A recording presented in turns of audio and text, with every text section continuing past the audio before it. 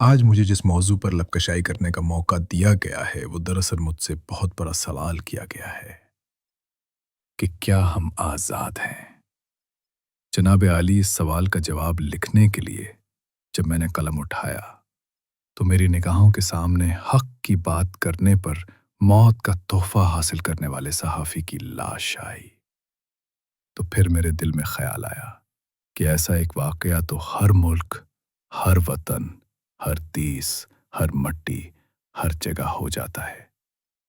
लेकिन फिर मेरे ख़्यालों में बच्चों के सामने सड़क पर ज़्यादती का निशाना बनने वाली माँ आई, जिसने मेरे कलम को ये लिखने पर मजबूर कर ही लिया कि हम आज़ाद नहीं, हवस के कैदी हैं। कि इतने में इस बात ने मेरे दिल को तसल्ली दी कि देखो, आज़ाद मुल्क में बैठकर नाशुक्री जैसे अल्फाज मत लिखना।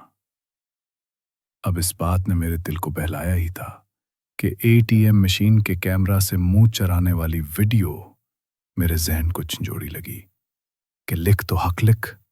ये सलाहुद्दीन अपनी पूरी कौम से मुंह चढ़ा के कह रहा है कि जान के ईमान पाओ जनाब आली। अभी मेरे लिखने की जसारत की थी कि फ़लस्तीन, कश्मीर, बर्मा और चेचनिया के लोगों ने चीख चीख के पुकारा कि ए बेखबर, तू तो आज आज़ादी की नेमत से आशना ही नहीं। तेरी तो अभी इस उम्र पर लिखने की, उस मौजू पर लिखने की उम्र ही नहीं। तू आज़ाद है। तू आज लिखने को आज़ाद है। तू आज पढ़ने को आज़ाद है। तू आज स्टेज पे खड़े होकर तकरीर करने को आज़ाद है।